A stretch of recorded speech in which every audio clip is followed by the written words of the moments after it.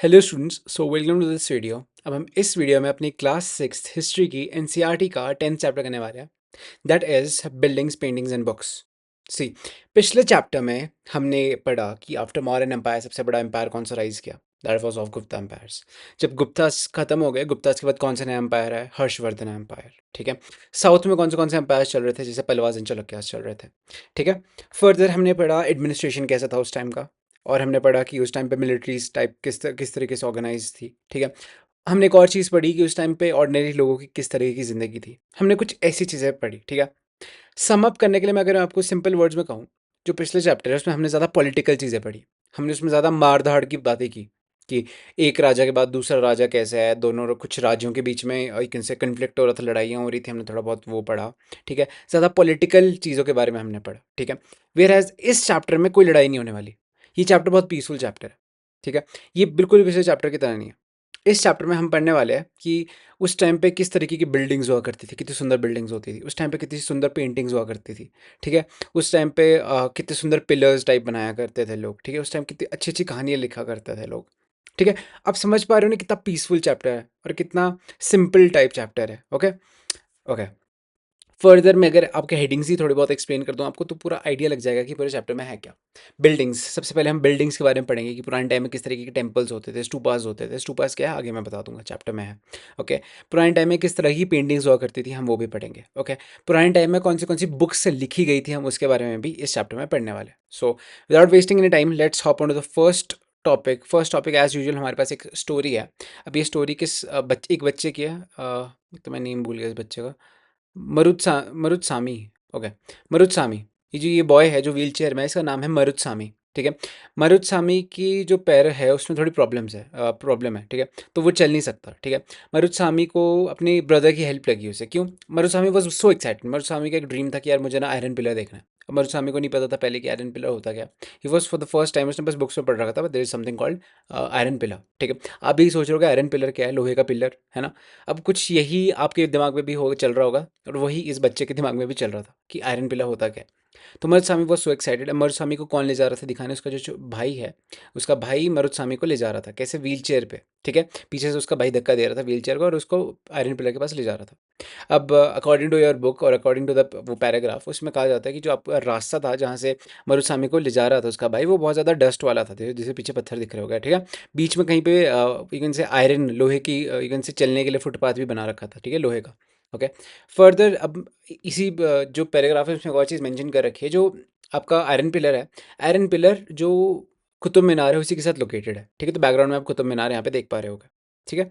तो यही चीज़ मरुत्सामी कहाँ जा रहा है? आयरन पिलर को देखने। सी ही सो एक्साइटेड, देख पा रहे हो कितना खुश है ये। Okay. Now this is Marutsami when he arrives and he sees the real iron pillar. देख पा रहे हो आप iron pillar? This is the iron pillar. Marutsami देखो कितना खुश लग रहा है कि वाह यार कितना सुंदर आयरन पिलर। बैकग्राउंड में कुतुब मीनार। ठीक है। सो बेसिक्स आपको स्टोरी मैंने पिक्चर्स के फॉर्म में ही बता दी। ओके। बाकी it was an unforgettable experience for him. Marutsami के लिए एक ऐसा एक्सपीरियंस था कि वो कभी भूल ना पाया अपनी ज़िंदगी में। ओके। इसको बहुत सुंदर लगा था आयरन पिलर। अब हम जानने वाले, अब इतना हमने आयरन पिलर के बारे में पढ़ लिया। अभी आयरन पिलर है क्या, कितना लंबा है ये, किसने बनाया, क्या क्या स्पेसिफिकेशन है, ये सब हम जानने वाले हैं आयरन पिलर की। Okay. The iron pillar at Mehrauli Delhi is remarkable example for the skills of Indian craft persons. कहने के बाद क्या, पहली बात जो you can say iron pillar ये लोकेटेड कहाँ है? एक जगह है दिल्ली के अंदर जिसका नाम है मेहरूली। मेहरूली में ये लोकेटेड है। ओके। दिल्ली के अंदर ही। ओके। अब जो ये आयरन पिलर है, ये जस्ट ऐसा नहीं कि बस खंबा खड़ा कर दिया। ठीक है। ये आपको एक और चीज़ बताता है कि उस टाइम पे इंडिया के जो क्राफ्ट पर्सन्स हुआ करते थे, ठीक है, जो मिस्त्री लोग होते थे, वो कितने स्किल्ड हुआ करते थे। ठीक है। कितने कितने सुंदर और कितना अच्छा काम किया करते होगे। ठीक है। It was made of the iron 7.2 meters high. अभी कितना लंबा आयरन पिला है? ये 7.2 मीटर लंबा आयरन पिला है। अब इसका वेट कितना है? ये 3 टन इसका वेट कहा जाता है। ठीक है। It was made about 1500 years ago. ये 1500 साल पहले इस्टेब्लिश किया गया था। ठीक है। We know the date because there is an inscription on the pillar mentioning a ruler named चंद्र। अब हमें कैसे पता कि ये पिलर इतने पहले बनाया गया था? भाई ये जो पिलर है ना, इसमें लिखा हुआ है कि ये पिलर उस टाइम एस्टैब्लिश किया गया था जब एक राजा हुआ करता था जिसका नाम चंद्र था। ठीक है। Okay. Probably belong to the Gupta dynasty. वो जो चंद्र है, वो राजा, वो कौन सी डायनेस्टी को बिलोंग किया करता था? वो गुप्ता डायनेस्टी को बिलोंग किया करता था। What is amazing is the fact that the pillars has not rusted throughout the centuries। जो एक रिमार्केबल और बहुत अच्छी बात है इस पिलर के बारे में ये है कि इसमें आज तक कभी जंग नहीं लगा। ठीक है। क्यों नहीं लगा जंग? अब पहली बात, आप सोच रहे होगे जो भी कोई भी लोहे की चीज़ होती है उसमें जंग लग जाता है। आपने देखा कोई भी लोहे की कोई भी आइटम होगी, उसके ऊपर कुछ ऑरेंज ऑरेंज सा लग जाता है, ठीक है, that is known as rust, ठीक है। फिर जो ये पिलर है ये भी लोहे का बना है, बट इसके ऊपर बिल्कुल भी रस्ट नहीं लग पाया, वो ऑरेंज सी चीज़ इस पर कभी डेवलप नहीं हो पाई, ठीक है। इसका रीज़न क्या है? There is a scientific procedure और a scientific thing called metallurgy. Metallurgy एक ऐसा प्रोसेस होता है, मान लो जो लोहे का इवन से पिलर है, लोहे के पिलर के ऊपर एक छोटी सी एक बहुत पतली सी कोटिंग कर दी जाएगी। कोटिंग क्या है? कवर कर दिया जाएगा पूरे आयरन पिलर को किसी एक दूसरी तरह के मेटल से, ठीक है, जिसकी वजह से जो अंदर का लोहा है वो कभी खराब नहीं होगा। अब मैं आपको ये पूरा पैराग्राफ क्यों डिस्कस नहीं करवा रहा, क्योंकि जो मेटलर्जी है इट्स अ साइंटिफिक प्रोसेस जो आपके पास क्लास 8th में आएगी। तो आपको इतना समझना है, बस सीधी सी बात यही है जो मैंने आपको बेसिक समझाया। जो लोहे की चीज़ है, लोहे की चीज़ के ऊपर एक किसी दूसरे मेटल की परत चढ़ा दी जाए और एक लेयर चढ़ा दी जाए, that is known as metallurgy, ठीक है। प्लस यहाँ पे पता नहीं क्यों उन्होंने थोड़ा अलॉयज़ बनाने का प्रोसीजर भी डाल रखा है इन्होंने। चलो कहने का इनका बताऊंगा मतलब है। मेटलर्जी से एक बेनिफिट क्या होता है, जो आपका लोहा है, जो भी कोई आपका यू कैन से मेटल है, कोई भी मेटल आपका ख़राब नहीं होता है जब आप मेटलर्जी वाला प्रोसेस अडॉप्ट करते हो। जैसे कि ये जो प्रैक्टिस है मेटलर्जी की, ये सिर्फ इसी टाइम पे नहीं हुई थी, इससे पहले भी हड़प्पा में प्रैक्टिस किया जा रहा था। हड़प्पा में कैसे प्रैक्टिस किया जा रहा था? दो मेटल्स हैं, एक है कॉपर, ठीक है, तांबा कॉपर, जो पता है मुझे नहीं पता कॉपर को क्या बोलते हैं हिंदी में, क्योंकि थोड़े दो चार नाम है, मैं कंफ्यूज होता हूँ उनके बारे में। बस इतना सुनो, एक है कॉपर, एक है टिन, ठीक है। कॉपर और टिन को जब पिघला के आप मिक्स करोगे, जो आपके पास एक नया मेटल बनेगा जो कि होगा ब्रॉन्ज, ठीक है। जो ब्रॉन्ज होगा that would be a new metal जिसकी बहुत लाइफ बहुत ज़्यादा होगी। ये बस मेटलर्जी का प्रोसेस के साथ ही लिंक कर दिया है हमारी बुक ने इसको, whereas both are quite different type of procedures.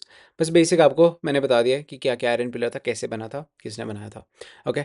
Buildings in bricks and stones. अब देखो उस टाइम पे किस तरह की बिल्डिंग्स हुआ करती थी। Whereas wait a minute, see metallurgy वाला ऐसे ही आ गया यहाँ पे, काइंडली एक्सक्यूज दिस पैराग्राफ, ठीक है। Buildings in bricks and stones, पुराने टाइम पे किस तरीके की बिल्डिंग्स और स्ट्रक्चर्स बना करते थे, आर्किटेक्चर कैसा था उस टाइम का, ठीक है। किस तरह के स्टोन्स और ब्रिक्स यूज़ किया करते थे लोग, मतलब कैसे किस तरीक़ों से यूज़ किया करते थे ब्रिक्स और स्टोन्स को, ठीक है। Meaning and types of stupas, हम सबसे पहले स्टूपास के बारे में जानेंगे। अभी स्टूपास होते कैसे, ये देखो, ये बैकग्राउंड में आपके पास स्टूपास है, ये आपने बहुत बार देखा होगा ये स्टूपा, ठीक है। आई थिंक 200 रुपीज़ के नोट में है ये, I don't remember exactly, but हाँ किसी ना किसी नोट में मैंने देखा है ये स्टूपा है। Now this stupa belongs to Sanchi, ठीक है। सांची एक जगह है, बेसिक आप थोड़ा बहुत याद रखो। सांची एक जगह है जहाँ पे ये स्टूपा बन रखा है। अभी किस रिलीजन के साथ एसोसिएटेड है, ये बुद्धिज़्म के साथ एसोसिएटेड है ये स्टूपा, ठीक है। ये स्टूपा देखो कैसा एक अंडा टाइप शेप का है, ठीक है। अभी अंडा आप सोच रहे होगे कि सर आपने खुद ही एक नाम दे दी इसे, नहीं, इस जो शेप है इसे स्पेसिफिकली अंडा कहा जाता है इन आर टेक्स्ट्स, ठीक है, मतलब एंशिएंट टेक्स्ट में भी इसे अंडा कहा जाता है, ठीक है। ये एक शेप है, ओवल शेप्ड, गोल शेप, ठीक है, राउंड शेप, एक बॉल की तरह जो ये है, इसे अंडा शेप कहा जाता है, ठीक है। The word stupa means a mound. Stupa का मतलब होता है माउंड, मतलब ढेर किसी चीज़ का, ठीक है। Okay, stupa comes in the various forms, round, short, talls, big और small, but share the common features. ये जो स्टूपा है, स्टूपा के बहुत ज़्यादा अलग अलग फीचर्स होते हैं। अगर आप यू कैन से इंडोनेशिया थाईलैंड साइड जाओगे तो वहाँ पे जो स्टूपास मिलेगा आपको, उसकी थोड़ी डिज़ाइन अलग सी होगी। अगर आप ये एंशिएंट स्टूपास देखोगे, इनकी डिज़ाइन थोड़ी अलग होगी। अगर आप लद्दाख या नेपाल के पहाड़ों पे जाओगे, जो वहाँ पे स्टूपास होंगे वो थोड़े अलग होंगे, ठीक है। ओके, ओवरऑल बाकी जो इनके फीचर्स हो गए वो कॉमन ही हो गए, ठीक है। ये चीज़ इन्होंने यहाँ पे रख रखी है, लिख रखी है, ठीक है, कोर फीचर्स, ठीक है। कुछ इंपॉर्टेंट और यू कैन से ऐसे फीचर्स जो हर एक स्टूपा में मिलता है, अब हम उनके बारे में जानने वाले हैं, ठीक है। Relic casket. अब ये रेलिक कास्केट क्या वर्ड है, मैं कहने का मतलब बताऊँ क्या। अब ये स्टूपा बनाए कैसे जाते थे, मान लो कोई बुद्धा की कोई पुरानी रिमेनिंग्स है, मान लो कोई बुद्धा की चप्पलें हैं, ठीक है। अब बुद्धा की चप्पलों को क्या किया जाता था, पहले एक स्टोर किया जाता है, एक डब्बे में रख दिया, और उसे बिल्कुल बीच में रख दिया जाता था। कहाँ, ये स्टूपा है ना, इसके अंदर बिल्कुल डीप में सेंटर में एक बुद्धा की चप्पलें रख दी जाएगी, ठीक है। अब उस चप्पलों, जिस जगह पे वो चप्पलें रखी है, ठीक है, उस एरिया को क्या कहा जाएगा, रेलिक कास्केट, ठीक है। रेलिक क्या मतलब, रेलिक का मतलब क्या होता है? रेलिक इज समथिंग कि किसी की निशानी, बहुत सिंपल लैंग्वेज में, किसी की आखिरी निशानी, ठीक है। रेलिक इज समथिंग किसी आदमी की आखिरी निशानी। तो लॉर्ड बुद्धा की चप्पलें हैं वो इसके अंदर रख दिए, ठीक है। अब उसके अराउंड पूरा प्रॉपर ढेर बना दिया, माउंड बना दिया, ठीक है, ये गोल्ड स्ट्रक्चर बना दिया। तो ये एक यू कैन से बेसिक कोर फीचर क्या था, कि हर एक स्तूपा के अंदर आपको बुद्धा के रेलिक मिलेंगे, बुद्धा की कोई ना कोई निशानी ज़रूर मिलेगी, ठीक है।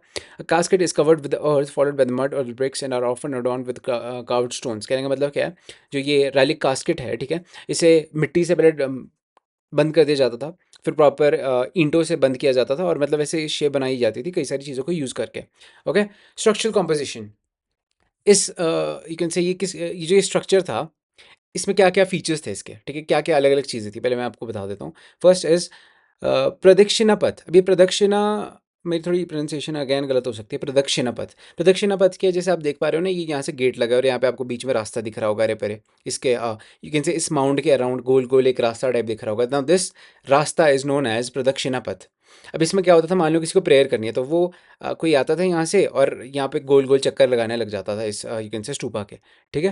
ओके, प्रदक्षिणा ये चीज़ें हैं। Gateways, access on the point of the pathway, कहने का मतलब यही है, हर एक प्रदक्षिणा पथ में 4 गेटवेज होते थे, एक इधर, एक इसके पीछे, एक साइड में होता था, एक इस वाली साइड होता था, ठीक है, basic cheese.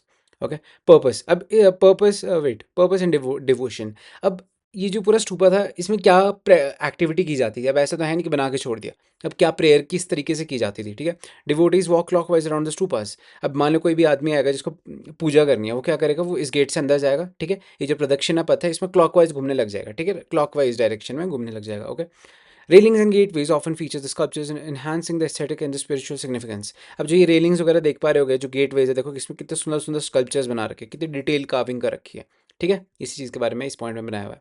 Amravati, an important historical site where the magnificent stupa existed around 2000 years ago, known for its exquisite, sorry for that, exquisite stone carvings and decorated the stupa। कहने का मतलब बताऊँ क्या, अमरावती जो स्टूपा है, पहली बात वो कब बना था, वो 2000 साल पहले बना था। अब आप पूछोगे सर अमरावती का स्टूपा आज भी लोकेटेड है, आज भी अमरावती का स्टूपा कहीं पे है? बिल्कुल भी नहीं। अमरावती का स्टूपा डिस्ट्रॉय हो चुका है। किसने किया है? अंग्रेज़ों ने। अंग्रेज़ों ने भी नहीं, स्पेसिफिकली एक जो राजा था, उसे लगा कि शायद इस यू कैन से जो ढेर है इसके अंदर कुछ खजाना होगा, तो उसने उस खजाने को ढूंढने के लिए वो सारा तोड़ दिया पूरा स्टूपा। ओके, तो अमरावती का स्टूपा आज के टाइम में हमारे पास अवेलेबल नहीं है, वो डिस्ट्रॉय हो चुका है, ठीक है। वह अगर बात की जाए थोड़ी बहुत फीचर्स की अमरावती का स्टूपा के बारे में, अमरावती का stupa was most beautiful stupa, ठीक है। जो बस ऐसे ही था अमरावती का स्टूपा भी, बट उसमें जो डेकोरेशन थी वो बहुत बहुत ज़्यादा थी, ठीक है। वो इस स्टूपा से बहुत ज़्यादा सुंदर दिखता था, ठीक है। ये वाला स्टूपा कहाँ का है? ये सांची का स्टूपा है। जो अमरावती का स्टूपा है वो अमरावती में लोकेटेड है। आई मीन लोकेटेड तो नहीं है, डिस्ट्रॉय हो चुका है, बट उसका जो बस डिस्ट्रॉयड सा पार्ट है वो ज़रूर हमें पता है कि अवेलेबल है कि क्या चीज़ है वो। ओके, बस अमरावती के बारे में मैंने आपको थोड़ा बेसिक से ज़्यादा चीज़ें बता दी, इतनी इंपॉर्टेंट नहीं थी। बुक जितना है तो उतना याद करो, वरना जितना मैंने बोल दिया तो गुड, ठीक है। ओके, अब हम जानने वाले हैं दूसरे और स्ट्रक्चर्स के बारे में। अभी हमने स्टूपर्स के बारे में पढ़ लिया, अब हम जानेंगे रॉक कट काव्स केव्स के बारे में। कुछ गुफाएं जिसे मंदिर बना दिया गया था, और एक से जिसे रिलीजियस प्रैक्टिसेस के लिए यूज़ किया जाता था, ठीक है। ये क्या कैसे बनाते थे इन चीज़ों को, ठीक है। रॉक कट केव्स क्या होती थी, ठीक है। एक जो मान लो कोई पत्थर है, कोई चट्टान है, उसमें आपने अंदर गुफाएं बना दी, ठीक है, गुफाएं टाइप बना दी, एक रहने की जगह बना दी, या एक से प्रेयर करने की जगह बना दी, इवन मंदिर बना दिया आपने, ठीक है, किसके, एक जो पत्थर की चट्टान थी उसका। Okay, artificial caves were carved out of the rock and served as an architectural marvel. कहने का मतलब बताऊँ क्या है, आर्टिफिशियल केव्स बनाएगी, कोई पत्थर था उसमें गुफा बना दिया आपने, ठीक है, artificial caves. These caves were often elaborately decorated with sculptures and painted walls. अब जो ये गुफाएं होती थी जो पत्थरों में आर्टिफिशियली इंसान बनाया करते थे, तोड़ तोड़ के पत्थर को, अब उसके अंदर बहुत ज़्यादा ब्यूटीफुल स्कल्पचर्स होते थे। स्कल्पचर्स मतलब पत्थर से बनाई गई मूर्तियाँ टाइप, ठीक है। सेकंड स्कल्पचर्स होते थे, सेकंड होती है पेंटिंग्स, ठीक है। आगे हम पेंटिंग्स एग्जांपल मैं आपको दूंगा। बहुत सुंदर सुंदर पेंटिंग्स भी की जाती थी इन गुफाओं के अंदर। Okay, early Hindu temples. अब जो हिंदू टेम्पल्स होते थे, मंदिर होते थे, उसकी कुछ की फीचर्स अब हम उसके बारे में पढ़ेंगे। Temples dedicated to the deity like Vishnu, Shiva, Durga began to emerge during this period. जो हमारे प्राइमरी भगवान हैं, जैसे कि लॉर्ड विष्णु, शिव, दुर्गा, इन सब के जो टेम्पल्स हैं वो इस टाइम पे बनने शुरू हो गए थे। अब टेम्पल्स की कुछ बेसिक फीचर्स थी, जैसे कि एक है गर्भगृह।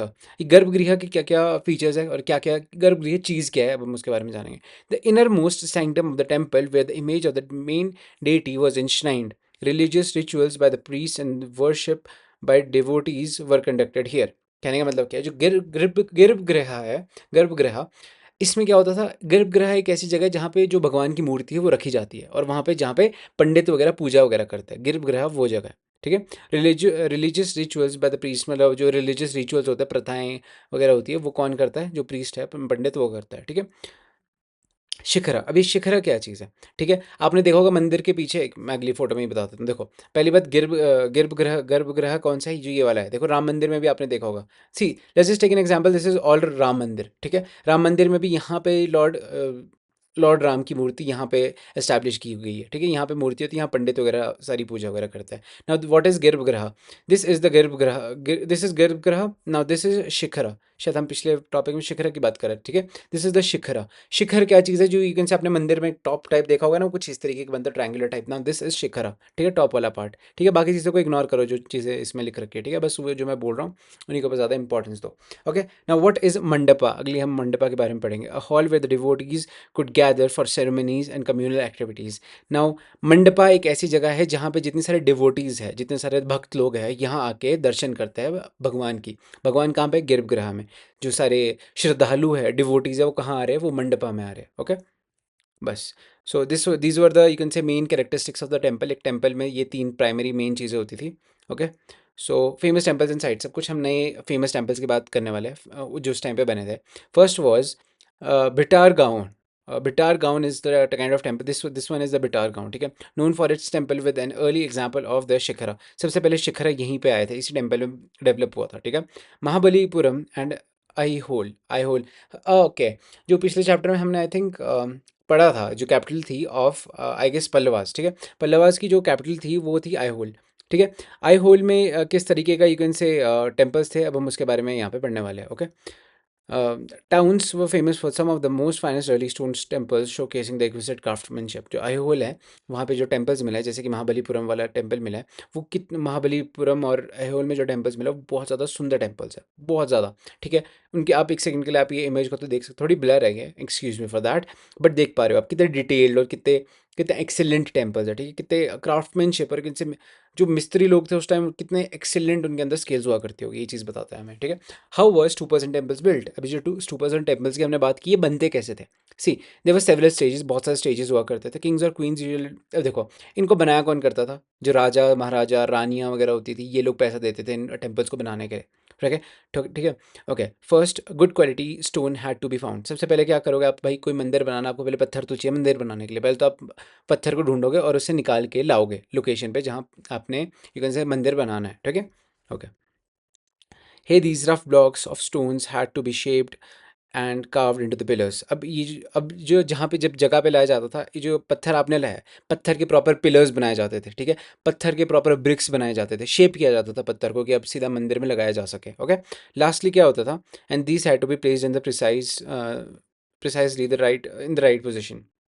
आपने पत्थर, पहली बात तो पत्थर ढूंढा, ठीक है, फिर पत्थर में डिज़ाइंस बनाए, पत्थर में के पिलर्स बनाए। अब लास्ट स्टेप क्या है, उन पत्थर के पिलर्स को खड़ा करके एक बिल्डिंग बनाओगे, ठीक है। ब्लॉक्स बना दिए, ब्लॉक्स की आप बिल्डिंग्स बनाओगे, ठीक है। Okay, Kings and queen's probably spend money. अब देखो ज़्यादा पहली बात, कौन लोग खर्च करते थे इतनी सी ये सब चीज़ें बनाने के लिए, किनसे स्टूपर्स और जो टेम्पल्स वगैरह बनते थे, बनवाता कौन था, ठीक है। कौन कौन लोग कंट्रीब्यूट करते थे इन यू कैन से स्कल्पचर्स और इन आर्किटेक्चरल मार्वल्स के क्रिएशन में, ठीक है। फर्स्ट कौन, राजा महारानियाँ, ये सारे पैसा देते थे कि भाई एक मंदिर बनाओ बहुत सुंदर सा, ठीक है। सिर्फ राजा और महारानियाँ नहीं, कई और भी लोग थे, जैसे कि डिवोटीज, ठीक है, भक्त श्रद्धालु, वो लोग आएंगे दान करेंगे पैसा कि भाई ये मंदिर को और अच्छा बनाओ, ये वो सो, ठीक है। बाकी एग्जाम्पल के थ्रू मैं आपको और बताता हूँ जो हमारी बुक में दे रखे हैं, ठीक है।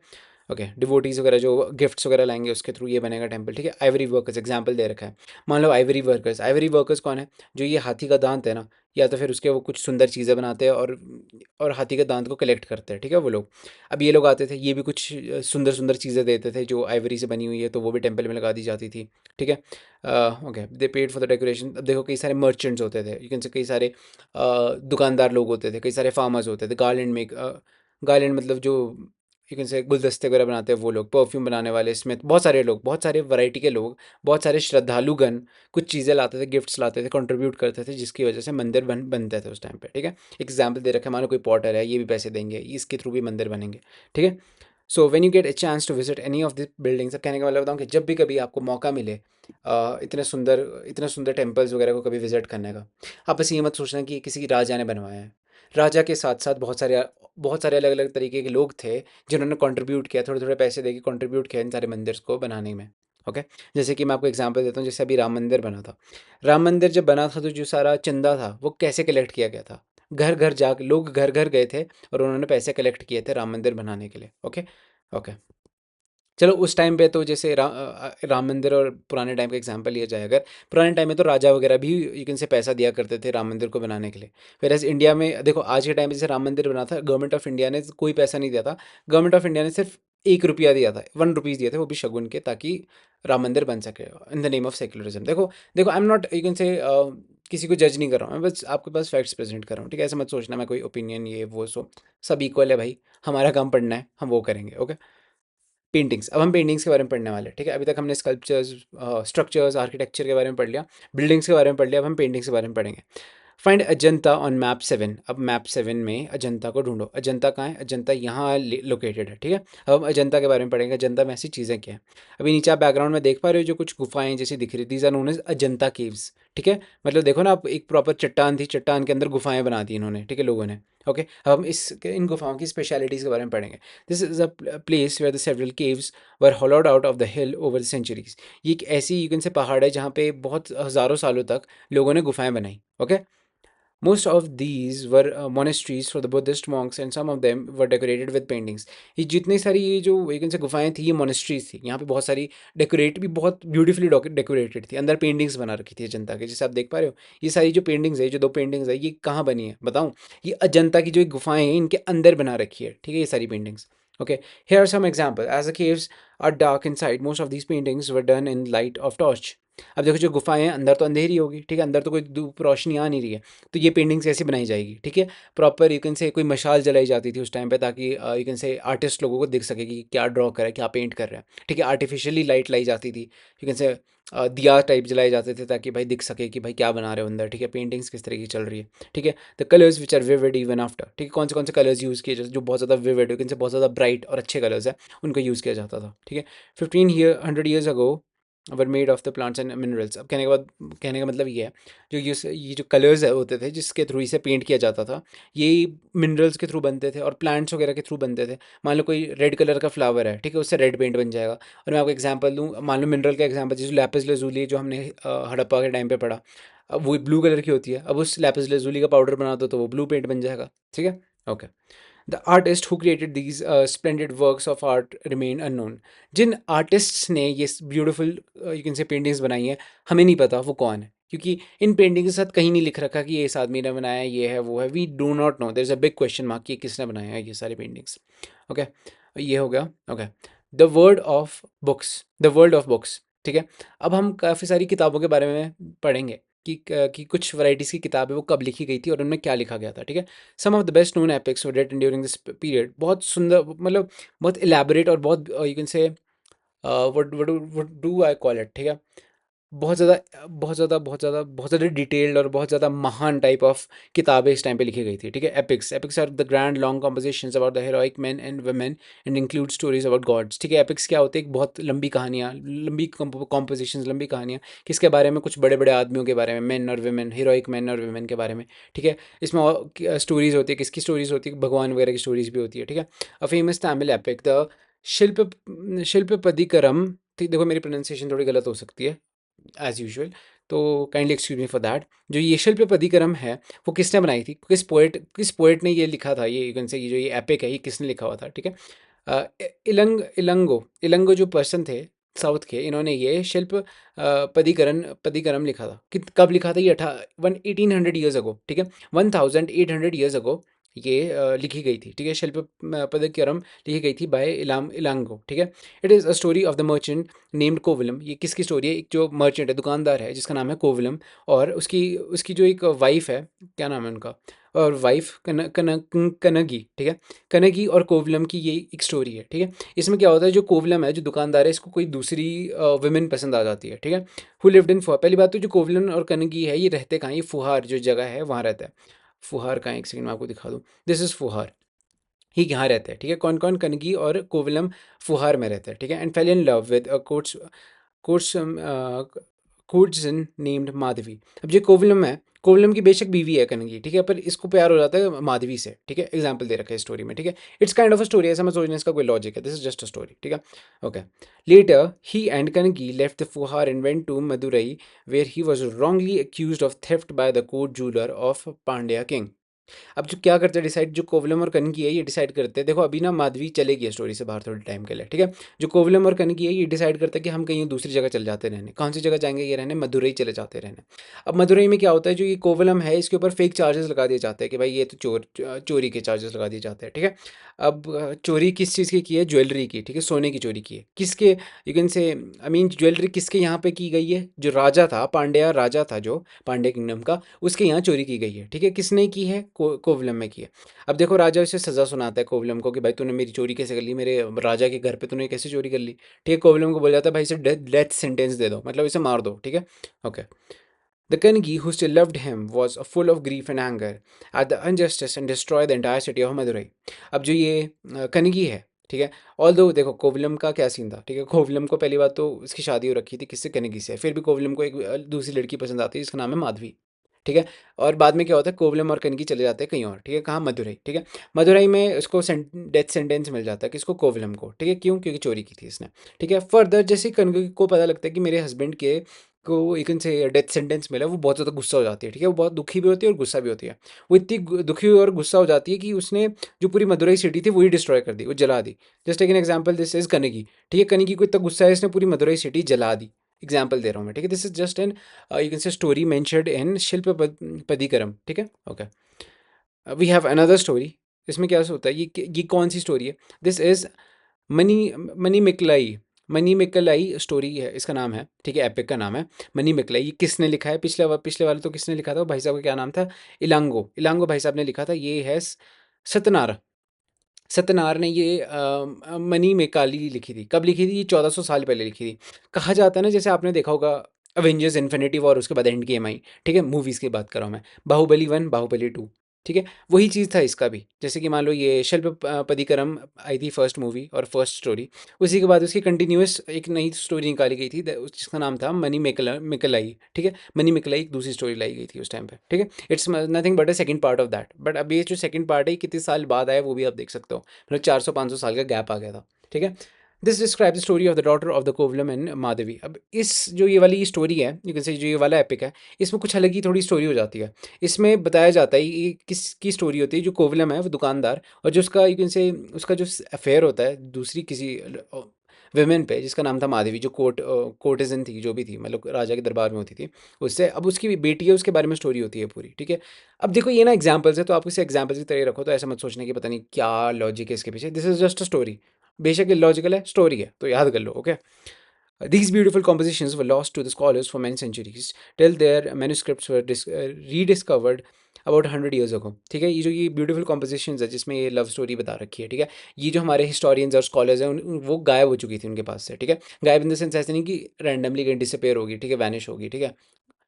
ओके, ये ऐसा नहीं हुआ था। तो ये क्या हुआ था, मतलब लोग भूल चुके थे, ठीक है। Generation pass on from one generation to another generation ये स्टोरीज पास नहीं हो पाई, ठीक है। और ये सारी स्टोरीज गुम हो चुकी थी एक तरह से, आप मान लो हिस्ट्री में। अब हमारे हिस्टोरियंस को अब इन स्टोरीज़ के बारे में कैसे पता लगा, ठीक है। और रिडिस्कवरीज़ की गई, कुछ नए नए हमें ग्रंथ मिले, उसमें पता लगा कि भाई ये स्टोरी, हाँ भाई मिल गई वो वाली story, okay. Other writers such as the Kalidasa, उस टाइम पे एक कालिदासा भी राइटर होते थे जो जो ज़्यादा संस्कृत में लिखते थे। उन्होंने भी बहुत सारी चीज़ें लिखी है, अभी आगे हम और डिटेल में पढ़ेंगे। Rediscovering and preserving the old stories. अब हम इसमें पढ़ने वाले पुरानाज के बारे में इस टॉपिक के अंडर, कि ये पुरानाज हुआ क्या करते थे, ठीक है। Okay, a number of the Hindu religious stories that were in circulation earlier were written down around this same time. मैं आपको एक चीज़ बताऊँ, हिंदू रिलीजन की जो स्टोरीज़ थी, वो ऐसा नहीं हुआ था कि भाई किसी आदमी ने सोचा था और एकदम ही लिख दिया था। वो फ़र्स्ट ऑफ ऑल इस तरीके से पास ऑन हो रही थी कि भाई किसी ऋषि ने सोचा और वो अपने जो एक से शिष्यों को ओरली ट्रांसमिट किया, ठीक है। अपने शिष्यों के सामने रिसाइट करना स्टार्ट किया। शिष्यों को बोला, जो स्टूडेंट्स हैं उन्हें बोला कि भाई तुम याद करो इसको और अगली जनरेशन को सुनाना और उन्हें भी याद करवाना। इस तरीके से ओरली याद करवाया जा रहा था, ठीक है, ऐसा चल रहा था।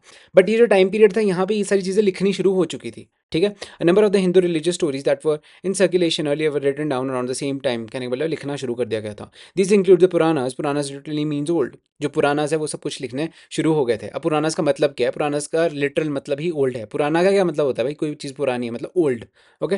The Puranas contain the stories of the gods and goddesses such as the Vishnu, Shiva, Durga and Parvati. जो पुरानास है, पुरानास में बहुत सारी स्टोरीज है। किन की स्टोरीज है? भगवान इगन से भगवान और देवियों की स्टोरीज है, जैसे कि विष्णु, लॉर्ड विष्णु के बारे में, शिव, लॉर्ड शिव के बारे में, दुर्गा के बारे में, पार्वती के बारे में, माता पार्वती के बारे में, ठीक है। They also contains details on how they were to be worshipped. और जो पुराना है उसमें ये भी लिखा हुआ था कि भाई किस किस तरीके से पूजा करनी होती है, शिव जी की किस तरीके से पूजा करनी है, विष्णु जी की किस तरीके से पूजा करनी है, ये सब चीज़ें, okay. Okay, besides there are the accounts about the creation of the world and about the kings. अब साथ में कुछ और भी चीज़ें एक्स्ट्रा टेक्स्ट लिख रखे हैं, उसमें बता रखा है कि भाई इस दुनिया की क्रिएशन कैसी हुई थी, ये दुनिया बनी कैसे थी, प्लस ओके दुनिया की बनी कैसी थी, और जो राजाज वगैरह कैसे बने थे। ठीक है, अब ये थोड़ा कॉलेज वाला कंसेप्ट है, उसमें नहीं अभी हम जाएंगे, बस इतना याद रखो राजा वगैरह के बारे में भी पुरानाज में लिखा हुआ था। The Puranas were written in simple Sanskrit verses. जो पुरानाज होते थे वो सिंपल संस्कृत में लिखा जाता था, जैसे हमने वेद पढ़े, एक्सक्यूज मी, जो वेद थे वो बहुत ज़्यादा कॉम्प्लेक्स संस्कृत में लिखे गए थे, बहुत ज़्यादा कॉम्प्लेक्स संस्कृत, ठीक है, जो आम आदमी को कभी समझ भी ना आए। वेराज जो ये थे हमारे पुराना से बहुत ज़्यादा सिंपल संस्कृत में लिखे गए थे, जो सब इजीली समझ सकते हैं, जिसको सब समझ सकते हैं इजीली। ठीक है, they were probably recited in temples by the priest and people came to listen to them. अब जो ये सारे पुरानास है, ये क्या ज़्यादा मंदिरों में इनसे रिसाइड किए जाते थे, मंदिरों में गाए जाते थे। ठीक है, ये सारे पुरानास, ठीक है, मंदिर में गाए जाते थे और लोग आते थे सुनने कि भाई ये पुरानास में क्या क्या लिखा है, क्या क्या भगवान के बारे में लिखा है ना। ठीक है, मतलब जैसे होता नहीं है आरती टाइप, आप एग्जाम्पल ले लो। ठीक है, पेपर में नहीं लिखना आरती टाइप, बस ये लिखना कि पुरानास रिसाइड किए जाते थे। ठीक है, two Sanskrit epics, the Mahabharata and Ramayana, had been popular for a very long time. Some of you may have been familiar with the stories. अब जो आपके महाभारत और रामायण थे वो पहले ही ओरल थे, मैंने आपको पहले बताया, वो ओरली ट्रांसमिट हो रहे थे, अब वो लिखे जाने शुरू हो चुके थे। आगे हम स्पेसिफिकली महाभारत रामायण के बारे में पढ़ेंगे, जैसे दिस स्लाइड। ठीक है, Mahabharata is about a war for between the Kauravas and Pandavas who were cousins. अब महाभारत क्या है, जो कौरवास और पांडवास है, जिनके बीच की जो लड़ाई है, जो आपने यूजुअली जैसे बच्चों को पता होता है कि महाभारत क्या होती है। Okay, this was a war to gain the control of the throne of the Kurus and the capital Hastinapur. ये लड़ाई क्यों होती है, अपने कजन्स के बीच में क्यों लड़ाई होती है कि भाई राजा कौन बनेगा, कहाँ का कुरु का राजा कौन बनेगा, और जो कैपिटल है हस्तिनापुर वो कौन जीतेगा। Okay, the story itself was an old one, ठीक है, but was written down in the form which we know today about the 1500 years ago। जो महाभारत की स्टोरी है ये बहुत पुरानी है, ये ऋग्वेदिक टाइम पीरियड से चली आ रही है। ठीक है, मैंने आपको बताया था। ठीक है, आई थिंक ऋग्वेदिक भी लेटर वैदिक पीरियड, इस टाइम पे जो महाभारत है वो लिखनी भी नहीं, वो यू कैन से इन्वेंट होनी शुरू हो चुकी थी, जैसे हमने पिछले चैप्टर्स में पढ़ा। ठीक है, जो महाभारत है वो बहुत पहले बननी शुरू हो गई थी। ठीक है, वो लिखी नहीं गई थी, बस ओरली चीज़ें ऐड ऑन हो रही थी। ठीक है, ऋषि मुनि अपने स्टूडेंट्स को कुछ ना कुछ बता के सिखा रहे थे। आगे जो शिष्य हैं, जो स्टूडेंट्स हैं, वो आगे जब अपने अपने स्टूडेंट्स को सिखाते थे तो वो कुछ और ऐड कर देते थे। इस तरीके से महाभारत इवॉल्व हो रही थी इस टाइम पे। वेयर एज अभी सिर्फ 1500 साल पहले ही महाभारत को प्रॉपरली लिखा गया था किसी कागज़ पे। ठीक है, both Puranas and the Mahabharatas are supposed to have been compiled by Vyasa. जो पुराणास और महाभारत है वो किसने लिखा है, वेद व्यास। आपको पता होगा वेद व्यास कौन है। ठीक है, इन वेद व्यास ने महाभारत और पुराना को लिखा था। ठीक है, okay, the Bhagavad Gita about which you learn in chapter 8 was also included in Mahabharata. जो भगवत गीता, देखो भगवत गीता और महाभारत में सबसे बड़ा फर्क क्या है। ठीक है, महाभारत इज अ स्टोरी। ठीक है, महाभारत में ये हो रहा है कि भाई किसने किसको मारा, किसका क्या चल रहा है, ये वो सो। ठीक है, प्रॉपर स्टोरी चल रही है। ठीक है, स्टोरी लाइन है ये। Whereas Bhagavad Gita is more of a learning part. ठीक है, भगवत गीता में सिर्फ मॉरल्स है, शिक्षा है, शिक्षाएं सी सारी भगवत गीता में लिख रखी है, और जो महाभारत है, महाभारत में प्रॉपर स्टोरी है। ठीक है, इन दोनों को साथ में लाओगे तो आपके पास प्रॉपर महाभारत आपको समझ आएगी। ठीक है, वैसे ये दोनों चीज़ें थोड़ी अलग अलग रख रखी है।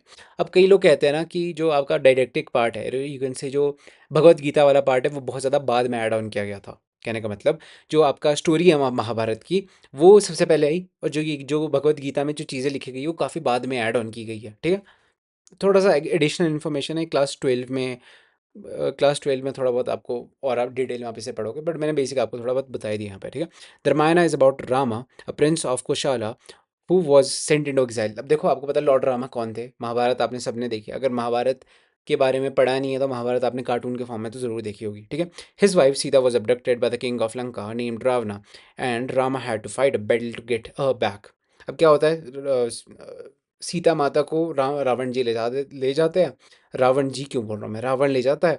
तो जो लॉर्ड रामा है, फिर लॉर्ड रामा सीता को रिट्रीव करने और एक इनसे बचाने वापस लंका चल जाते हैं, जो एज यूजुअल रामायण की स्टोरी है। ठीक है, ही वॉन्ट, जैसे ये जीत जाते हैं, सीता जी को वापस लेके कहाँ जाते हैं, अयोध्या आ जाते हैं। ठीक है, like the Mahabharata this was an old story that was not written down. अब जो रामायण है वो भी महाभारत की तरह है। ठीक है, ये एकदम नहीं लिखी गई थी, जब ये इन्वेंट की गई थी, डिस्कवर की गई थी, ये एकदम नहीं लिखी गई थी, ये ओरली ट्रांसमिट हो रही थी, ये काफ़ी बाद में लिखी गई। ठीक है, Valmiki is recognise as author of the Sanskrit Ramayana. अब ये रामायण है वो किसने लिखी थी, वो वाल्मीकि ने लिखी थी। ठीक है, ये आप नेम जरूर याद रखना है कि वाल्मीकि ने क्या लिखी थी, रामायण। ठीक है, बेसिक वैसे तो आपको याद होगा, महाभारत किसने लिखी, वेद व्यास ने। Okay, stories told by the ordinary people.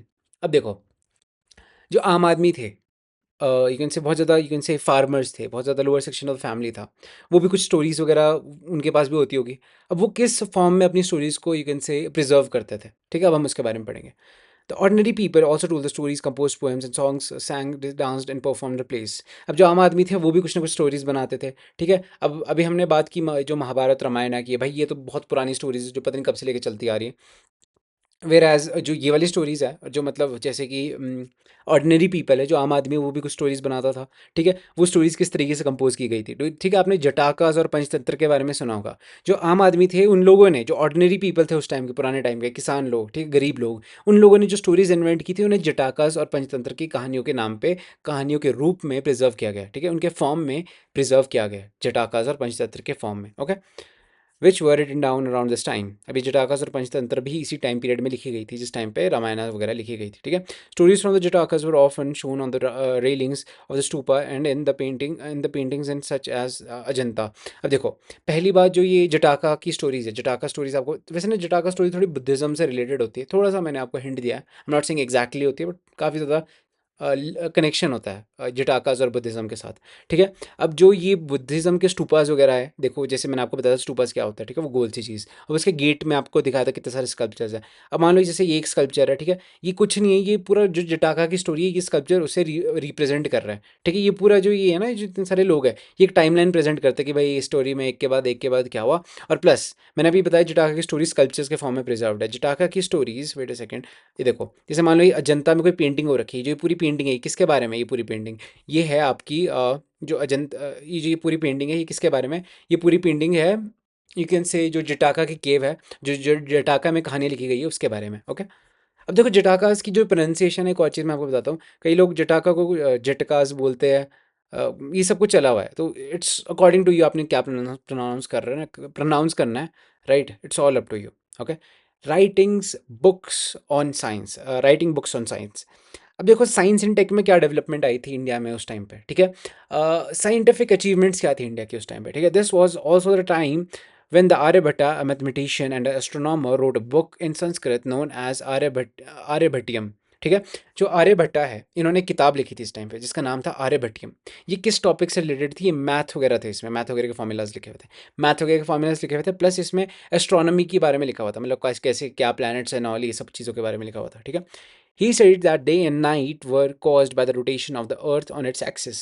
जो ये दिन और रात है, ये कैसे होता था, ठीक है। दिन और रात जब अर्थ यू कैन से अपनी एक्सिस पे घूमती है, अर्थ जैसे गोल गोल रोटेट कर रही है, ठीक है, एक बॉल जो बार बार रोटेट कर रहा है, ये सबसे पहले भाई साहब ने बताया था, आर्यभट्ट ने बताया था कि जो अर्थ है वो अपनी एक्सिस पे गोल गोल घूमती है, ठीक है, और गोल गोल घूमती है, और इस वजह से दिन रात होता है, ठीक है। पहले क्या लोग क्या सोचते थे, ठीक है, यूरोप में क्या माइंडसेट था उस टाइम पे कि भाई देखो दुनिया चपटी है, जो सूरज है वो यहाँ से ऐसे सूरज अर्थ के राउंड राउंड घूम रहा है, ठीक है, इस वजह से ऐसा कि सूरज जब नीचे जाएगा तो रात हो जाएगी, फिर जब सूरज ऊपर आएगा तो फिर क्या हो जाएगा, दिन हो जाएगा, this is a flat earth, ठीक है, लोग ये मानते थे। वेर इज आर्यभट्टा वो फर्स्ट पर्सन जो कहता था कि भाई देखो गोल है दुनिया, और गोल भी ऐसी इस तरीके से कि अर्थ है वो अपनी एक्सिस पे खुद ही घूम रहा है, ठीक है, खुद ही घूम रहा है, ठीक है, खुद ही स्पिन कर रहा है, ठीक है, earth is spinning on its own axis. इससे क्या हो रहा है, डे और नाइट हो रहा है, किसने बताया था, आर्यभट्टा ने बताया था। It seems as if the sun is rising and setting every day, कहने का मतलब यही है, लगता है हमें कि भाई सन ऐसा कर रहा है कि इधर से राइज हो रहा है उधर से जा रहा है, मतलब ऐसा लग रहा है हमें कि अर्थ घूम रहा है, आई मीन अर्थ के चक्कर काट रहा है, but this is not true, whereas earth sun के चक्कर काट रही है, okay. He developed scientific explanation for the eclipse as well. आपने देखा होगा जैसे आपका वो होता है चंद्र ग्रहण होता है, सोलर एक्लिप्स, लूनर एक्लिप्स, मतलब कई बार क्या होता है दिन को अंधेरा हो जाता है, सूरज के ऊपर, सन के ऊपर डायरेक्टली मून आ जाता है, एक ये भी प्रोसीजर होता है। कई केसेस में होता है कि कई केसेस में होता है कि जब यू कैन से अमावस्या की रात होती है कि भाई पूरा सनी का यू कैन से पूरा जो मून है वो ही नहीं दिखता आसमान में, ये सब चीज़ें भी आर्यभट्ट ने एक्सप्लेन की थी बड़े लॉजिकली और साइंटिफिकली उस टाइम पे, ठीक है। He also found a way of calculating it the circumference of the earth which is nearly as accurate as the formula we use today.